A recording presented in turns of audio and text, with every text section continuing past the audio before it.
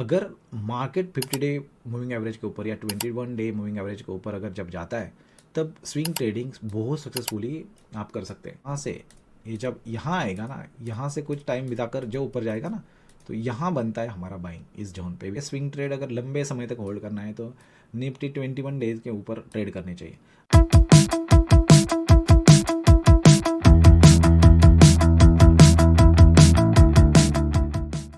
नमस्कार दोस्तों, welcome back. Daily swing में आपका स्वागत है। आज के वीडियो में हम बात करने वाले कि बेसिकली जो कुछ स्टॉक्स मैंने लिए थे रिसेंटली और वो मैंने क्यों लिए और वो कैसे परफॉर्म कर रहे हैं उसके बारे में बात करेंगे। तो पहला मैंने जीएम फाइनेंशियल स्टॉक लिया था और बेसिकली वो मैंने इस कैंडल के ऊपर लिया था बेसिकली बिकॉज उसका रीज़न ये था कि यहाँ ये कैंडल बनी थी ऑलमोस्ट 15%। उसके बाद में 2 दिन कुछ नहीं किया और तीसरे दिन ये अब जा रहा था, तो मैंने यहाँ कुछ एंट्री की और 21 डेज का मैंने 21 डीएमए का हमारा स्टॉप लॉस था। उसके बाद में कुछ नहीं किया उन्होंने, या हमने सेल नहीं किया, मार्केट ख़राब था तभी भी, बिकॉज इससे पहले मुझे एक्सपीरियंस है कि मैंने पहले ही सेल किया और उसके बाद में स्टॉक फिर से ऊपर गया, राइट। तो इस बार हमने नहीं किया। इसके अंदर मैं यहाँ ऐड करना चाहता था लेकिन मैंने यहाँ ऐड नहीं किया, तो आज मैंने यहाँ फिर से उसको ऐड किया है। तो इसका ऐड का जो प्राइसिंग है ये है। तो अब इसका लॉजिक क्या है इसके पीछे का, तो अगर आपने लॉन्ग टर्म ट्रेंड अगर देखा तो पहले से ये तो निफ्टी से आउट परफॉर्म कर रहा है सबसे ऊपर, आप पहले उसको देखो। तो यहाँ देखो, यहाँ से ट्रेंड ये 200 डे मूविंग एवरेज देखो, उनका 50 डे मूविंग एवरेज देखो 21 एंड 10, यहाँ से ये अप ट्रेंड स्टॉक है, राइट। और यहाँ एक कप बनाया उन्होंने, यार कप एंड हैंडल बना सकते हैं। और हैंडल पे एक्चुअली मैं बेसिकली पहले यहाँ लेता था लेकिन बहुत बार ऐसा हुआ है मेरा, यहाँ लेने के बाद बहुत दिन स्टॉक यहाँ टाइम पास करता है। अभी भी कर सकता है, उसकी कोई गारंटी नहीं है ये ऊपर ही जाएगा या नहीं, राइट। विम्टा लैब में हमने ये सब चीज़ें देखी थी, बहुत अच्छा रिटर्न हमें उसको मिला, राइट, उसके अंदर। तो ये बहुत ही सिंपल, मतलब क्या देखा हमने, ध्यान देना यहाँ से कि स्टॉक अप ट्रेंड में है और निफ्टी से आउट परफॉर्म कर रहा है। कैसे पता चल रहा है, यहाँ देखो, ये इसका रिलेटिव स्ट्रेंथ। जब निफ्टी डाउन होती है ना, ये होल्ड कर रहा है। अगर ये यहाँ एक मैंने बॉक्स ड्रॉ किया तो आपको पता चल जाएगा कि होल्ड कर रहा है कंसिस्टेंटली, राइट। तो ये एक था।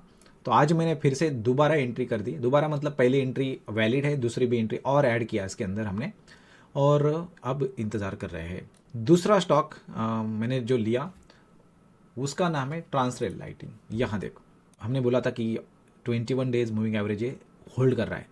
मैं यहाँ आउट हुआ था इसके अंदर, लेकिन फिर से मैंने यहाँ बाय किया, इस कैंडल पे बाय किया मैंने, राइट।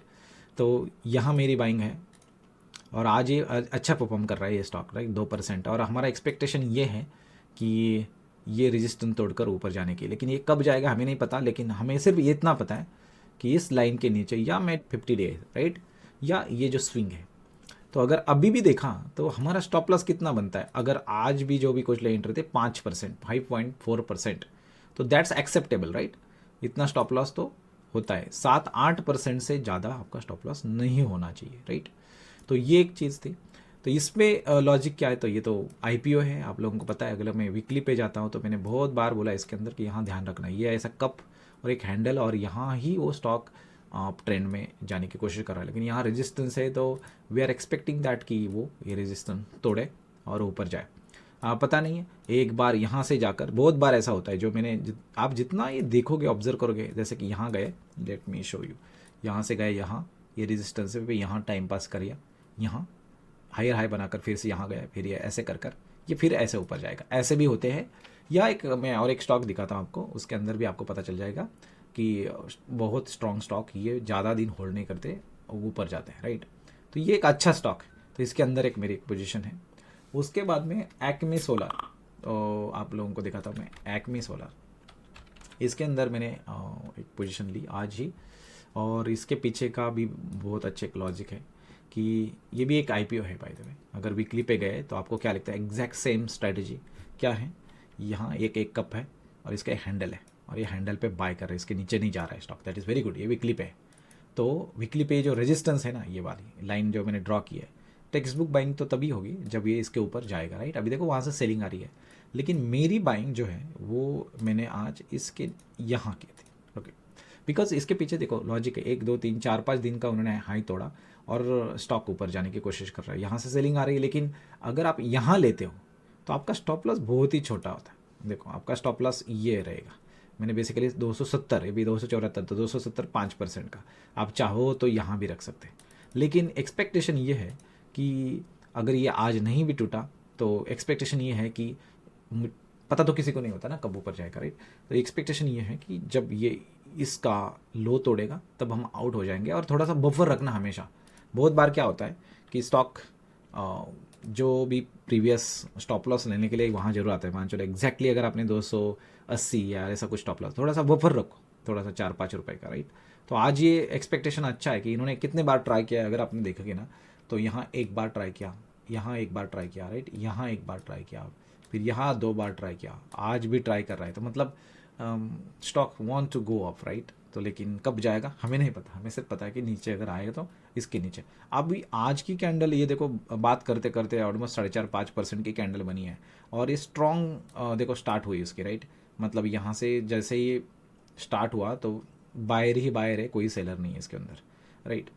यहाँ की अगर बात की ना आपने, यहाँ देखो ये बड़ी कैंडल आई थी, बड़े वॉल्यूम, बिकॉज ये मार्केट नीचे आया था तब उसी दिन, राइट। ये स्विंग ट्रेड अगर लंबे समय तक होल्ड करना है तो निफ्टी 21 डेज़ के ऊपर ट्रेड करनी चाहिए। अब ये 50 डेज़ मूविंग एवरेज के नीचे ट्रेड कर रही है। ये हमने कभी ड्रॉ किया था, लेकिन देखो अगर अच्छे से वैसे ही परफॉर्म करने की कोशिश कर रहा है, राइट। तो 200 डेज़ के ऊपर है, लेकिन निफ्टी से आउट परफॉर्म करने वाले ही स्टॉक के अंदर हमारी एंट्री, ये ध्यान में रखना। अगर मार्केट 50 डे मूविंग एवरेज के ऊपर या 21 डे मूविंग एवरेज के ऊपर अगर जब जाता है तब स्विंग ट्रेडिंग बहुत सक्सेसफुली आप कर सकते हैं, लंबे समय तक होल्ड कर सकते हैं। लेकिन इस केस में अगर आपको प्रॉफिट मिलता है you have to book it, right. तो अगर आपने यहाँ देखा तो बहुत बार क्या होगा, अभी देखो ये कैंडल यहाँ जाएगी फिर सेलिंग आएगी, बिकॉज ये उल्टा काम करेगा मूविंग एवरेज, जब उसको टच करेगा फिर से सेलिंग आएगी, राइट। लेकिन जैसे ये होल्ड कर रहा है ये लेवल, ये जो लेवल है 24,300 का, ये जो लेवल जब तक होल्ड कर रहा है that is very good, right. तो लेकिन हमारा काम क्या है, निफ्टी कहीं भी हो, हम अगर निफ्टी से आउट परफॉर्म करने वाले स्टॉक में अगर एंट्री करते हैं, जैसे कि एक्मी सोलर बहुत अच्छा परफॉर्म कर रहा है। दूसरा ट्रांसलेट लाइटिंग तो मैंने बोला, राइट, जीएम फाइनेंशियल मैंने बोला, एंड एक्मी सोलर बोला। तो ये हमारी पोजीशन थी और इसके पीछे का लॉजिक था हमने इसको क्यों लिया। तो बहुत आसान है, कोई डिफिकल्टी है ही नहीं। अभी रैलीज इंडिया का मैं एक बात बता रहा हूँ, इसके अंदर पोजीशन नहीं है, लेकिन हमने ये बोला था यहाँ कि ये देखो कितने मल्टीपल रेजिस्टेंस है और उसके बाद में स्टॉप नीचे आया, तो एंट्री बनी ही नहीं। हम अर्ली एंट्री अगर चाहो तो अब कर सकते हैं इसका स्टॉप लॉस लगाकर, लेकिन आप बोलेंगे यार इतने बड़े सेलर है आप कब क्यों करेंगे। लेकिन जब आपका स्टॉप लॉस पता होता है ना तब आप एंट्री कहीं भी कर सकते हैं, दैट्स नॉट अ प्रॉब्लम। लेकिन बेटर होगा कि ऑलरेडी इतने सेलर इतना बड़ा टेस्ट किया है। क्या होता है अर्ली एंट्री का फायदा क्या होता है, ध्यान देना, सही है रॉन्ग कोई नहीं। 8% आप स्टॉक जाने के बाद एंट्री करोगे तो यहाँ जो बाय करेंगे यहाँ सेल करेंगे, या आप 8% आपका बफर रहेगा।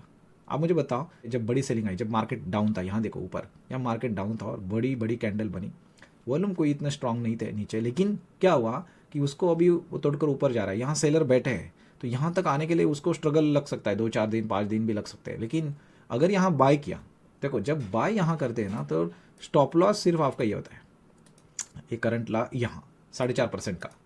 क्यों? बिकॉज अगर आपने यहाँ बाय करते हो तो आपका एक्सपेक्टेशन क्या है, एक्सपेक्टेशन आपका ये है कि रैलीज इंडिया बहुत अच्छी रैली कर रहा है और यहाँ से उसका ये रेजिस्टेंस है, अगर आपने नीचे पीछे गया तो ये देखो यहाँ से रेजिस्टेंस है, राइट, और ये रेजिस्टेंस अगर तोड़कर हम एक्सपेक्ट कर सकते हैं अच्छा। लेकिन ये तब लेना चाहिए जब मार्केट बहुत ही अच्छा अप ट्रेंड में हो जाए। अभी यहाँ सेलर बैठे हैं, मार्केट अप ट्रेंड में नहीं है, तो बेटर रहेगा इसके ऊपर बाय करो। अगर यहाँ बाय करना भी है तो मैं एक्सपेक्ट करूंगा कि मेरा स्टॉप लॉस इतना ही रहेगा, बिकॉज इसके नीचे गया तो वो इनवैलिड हो गया, राइट। अगर आपको, और एक रेडी को कहता ये भी स्टॉप देखो बहुत अच्छे से, एग्जैक्टली सेम प्रोसेस, देखो कितना बार ट्राई किया मैंने। ये क्यों लगा के रखा है, बिकॉज इससे पता चलता है मुझे कि अगर कोई एक साइन मिलता है कि भाई ये देखो आपके लेवल पे आ चुका है, तो उसके बाद आप इसको ले सकते हैं। तो देखो यहाँ भी एक अपॉर्चुनिटी बन सकती है, इसके ऊपर हम ध्यान रख रहे हैं।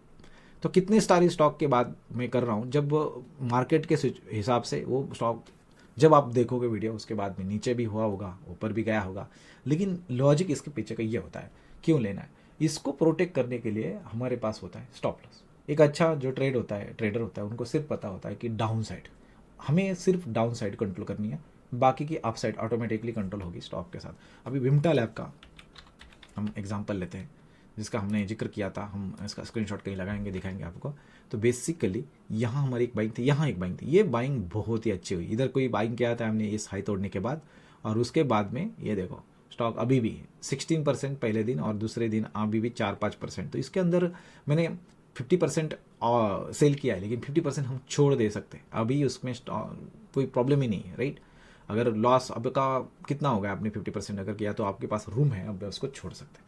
तो ऐसा ही अभी ये स्टॉक का भी एग्जैक्टली सेम प्रोसेस था। ये बड़ा बेस का ब्रेकआउट होने के बाद कंसोलिडेशन किया और कंटिन्यू बाइंग आ रही है, राइट। तो अब ये जो रेजिस्टेंस है ये यहाँ सपोर्ट का काम करेगा। तो कुछ लोग क्या करेंगे, कुछ लोग अब इंतजार करेंगे इतना बढ़ने के बाद। एक प्रोफेशनल ट्रेडर तो यहाँ एंट्री नहीं करेगा, लेकिन अभी तो लोग अभी एंट्री कर रहे हैं। तो बेसिकली ये यहाँ से, ये जब यहाँ आएगा ना, यहाँ से कुछ टाइम बिताकर जो ऊपर जाएगा ना, तो यहाँ बनता है हमारा बाइंग इस जोन पे, because this resistance can be act as a support.